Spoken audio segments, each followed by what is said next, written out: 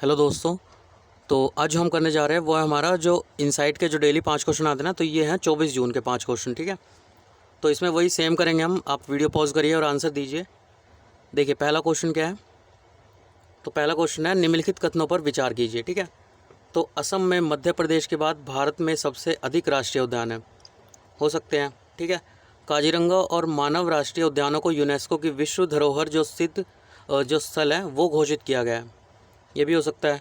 दिहिंग पटकाई राष्ट्रीय उद्यान हाथियों का प्रमुख निवास स्थान है। आपने अगर डेली करंट अफेयर फॉलो करा होगा तो आपको पता होगा, इसके बारे में हमने बात की थी। ठीक है, तो ये भी हो सकता है। तो इनमें से कौन सा कथन सही है? ठीक है, तो वीडियो पॉज करके आप इसका आंसर दीजिए। 1 2 1 3 2 3 केवल 3। ठीक है, तो इसका जो करेक्ट आंसर है वो है हमारा दूसरा और तीसरा स्टेटमेंट गलत है। पहला स्टेटमेंट क्यों गलत है एक बार देख लेते हैं जाके हम। तो देखिए असम में टोटल कितने नंबर ऑफ, अगर नेशनल पार्क की बात करें तो 7। ठीक है, जिसमें से 2 अभी अभी ऐड हुए हैं। ठीक है, तो कौन सा दिहिंग पटकाई और रायमोना। ठीक है, उसके अलावा देखिए 5 पहले से थे, काजीरंगा, मानस, डिब्रू साइखोवा, नामेरी, राजीव गांधी, औरंग नेशनल पार्क। ठीक है, तो इसकी वजह से जो है असम में 7 है हमारे, और उसके अलावा जो MP है मध्य प्रदेश उसमें 12 है, और 9 किस में है, अंडमान निकोबार में। अभी देखते हैं आगे।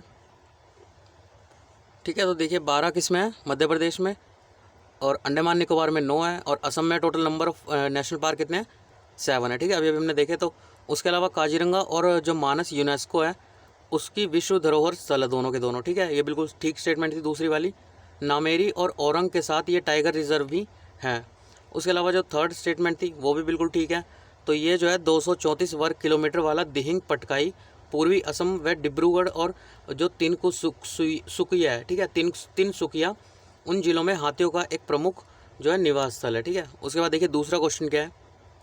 तो दूसरा क्वेश्चन है निम्नलिखित कथनों पर विचार कीजिए। शिमला समझौते के बाद भारत और पाकिस्तान के बीच की सीमा को नियंत्रण रेखा के रूप में फिर से नामित किया गया था, हो सकता है शिमला समझौते के बाद। ठीक है, उसके बाद देखिए भारत और पाकिस्तान के बीच मूल युद्ध विराम समझौता शिमला समझौते के तुरंत बाद हुआ, यह भी हो सकता है।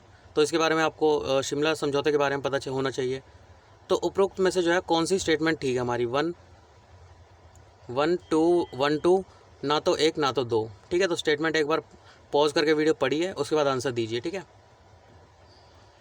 तो देखिए हमारी जो स्टेटमेंट सही है वो है हमारी पहली बिल्कुल सही है, दूसरी गलत है। अभी देखते हैं क्यों गलत है। शिमला समझौते के बाद भारत और पाकिस्तान के बीच सीमा को नियंत्रण रेखा के रूप में फिर से नामित किया गया था। अब दूसरा देखते हैं क्यों गलत है। तो जो मूल रूप से इनके बीच में युद्ध विराम हुआ था ना, वो 2003 में हुआ था। कब हुआ था? 26 नवंबर 2003 को जो है इनके में जो है युद्ध विराम प्रभावी हुआ था। ठीक है, उसके अलावा शिमला जो समझौता था वो एक तरह से संघर्ष विराम के उसमें हुआ था, और कब उस पर हस्ताक्षर किए गए थे?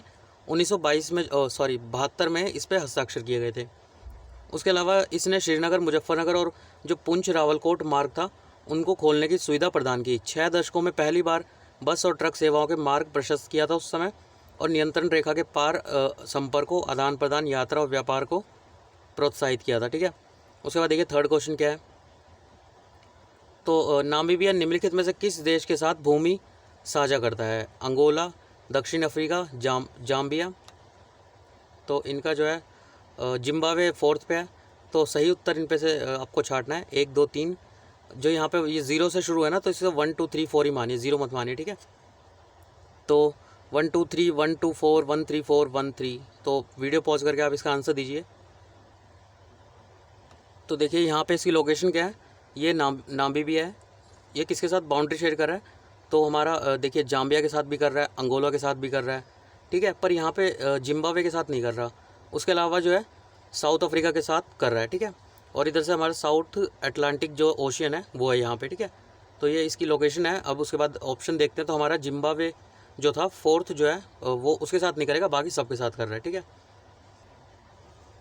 ठीक है, तो देखिए यहाँ पे अंगोला, दक्षिण अफ्रीका और जाम्बिया बिल्कुल ठीक है, पर जिम्बाब्वे गलत है। मतलब हमारा आंसर क्या हो जाएगा? बी हो जाएगा इसका आंसर। ठीक है, 1 2 3। ओके ठीक है, इसका ए आंसर होगा। ठीक है, हमने ऊपर देखा ही अभी फिगर में, तो तीनों इसके आंसर हो जाएंगे। तो देखिए यहाँ पे इसके बारे में एक्सप्लेनेशन है, इसे देख लीजिएगा। उसके बाद देखिए क्वेश्चन नंबर 4। तो इसके अंतर्गत जो है ई कोस्ट जो परियोजना है उसके संबंध निम्नलिखित कथनों पर विचार कीजिए उसके संबंध में। तो ई कोस्ट परियोजना एक एकीकृत मिशन मोड परियोजना है जो राष्ट्रीय ई गवर्नेंस योजना का हिस्सा है हो सकता है। इसकी निगरानी और वित्त पोषण भारत का सर्वोच्च न्यायालय द्वारा की जाती है, ये भी हो सकता है। कौन सा कथन सही है? एक दो दोनों, ना तो एक ना तो दो। तो वीडियो पॉज करके इसका आंसर दीजिए। तो देखिए इसका आंसर क्या है। तो पहला स्टेटमेंट बिल्कुल इसका सही है, पर दूसरा इसका स्टेटमेंट बिल्कुल गलत है। मतलब अभी देखते हैं क्यों गलत है। तो ई कोस्ट परियोजना एक एकीकृत मिशन मोड परियोजना है जो राष्ट्रीय ई गवर्नेंस योजना का हिस्सा है।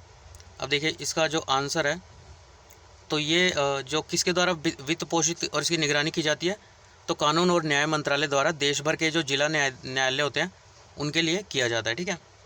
उसके अलावा देखिए राष्ट्रीय ई गवर्नेंस योजना के हिस्से के रूप में जो ई कोस्ट परियोजना है वो भारतीय विकास और जो आईसीटी है, न्यायपालिका के आईसीटी, ठीक है, जो वो होता है ना इंफॉर्मेशन एंड कम्युनिकेशन टेक्नोलॉजी, ठीक है, तो उसके विकास के लिए 2007 से कार्यान्वयन के तहत एक एकीकृत मिशन मोड परियोजना है जो भारतीय न्यायपालिका में सूचना और जो संचार प्रौद्योगिकी है, आईटी जो मंत्रालय है, उसके कार्यान्वयन के लिए राष्ट्रीय नीति और कार्य योजना पर आधारित है, ठीक है। उसके बाद देखिए लास्ट क्वेश्चन क्या है। तो प्रसिद्ध केदारनाथ सी मामला किससे संबंधित है, ठीक है। तो एलजीबीटी समुदाय, महिलाओं का कार्यस्थल पर यौन उत्पीड़न, सूचना प्रौद्योगिकी अधिनियम, राजद्रोह कानून। तो वीडियो पॉज करके इसका आंसर दीजिए। तो इसका जो करेक्ट आंसर है वो क्या है? राजद्रोह कानून, ठीक है। इनके बारे में थोड़ा सा देख लेते हैं अब। तो 1962 का एक केस था जहाँ पे ऐतिहासिक जो केदारनाथ सी मामले में सर्वोच्च न्यायालय ने जो है राजद्रोह कानून की संवैधानिक वैधता को बरकरार रखा। इसने दुरुपयोग के लिए इसके दायरे को सीमित करने का प्रयास किया, ठीक है। उसके बाद देखिए न्यायालय ने क्या माना कि राजद्रोह का मामला जो है न्यायालय की आलोचना करने से नहीं बनता। ये तब बनता है जब आप मतलब कोई भी हिंसा फैलाने वाले या तो कार्य कर रहे होते हैं, ठीक है, या फिर उनके तत्वों को जो है बढ़ावा दे रहे होते हैं हिंसा फैलाने के, ठीक है। इसके अंतर्गत जो आईपीसी कोड है धारा जिसकी 124A है, उसमें यह कहा गया कि यदि कोई भी व्यक्ति बोले या लिखे गए शब्दों, संकेतों या किसी भी जो विजिबल रूप से या किसी और के तहत भारत के कानून द्वारा जो चुनी गई सरकार है उसके खिलाफ असंतोष भड़काने की कोशिश या अवहेलना या नफरत फैलाने की कोशिश करता है तो उसे आजीवन कारावास तक का दंड दिया जा सकता है, ठीक है। अब देखिए सजा के प्रावधान क्या है। तो अगर कोई गंभीर मामला है तो उसमें क्या मिल सकता है? आजीवन कारावास तक की सज़ा का प्रावधान है। लेकिन मामलों की गंभीरता को देखते हुए जो है 3 साल तक की कैद की सज़ा भी हो सकती है। साथ ही जुर्माने का प्रावधान है, यानी जुर्माना के साथ 3 साल से लेकर उम्र कैद हो सकती है, ठीक है।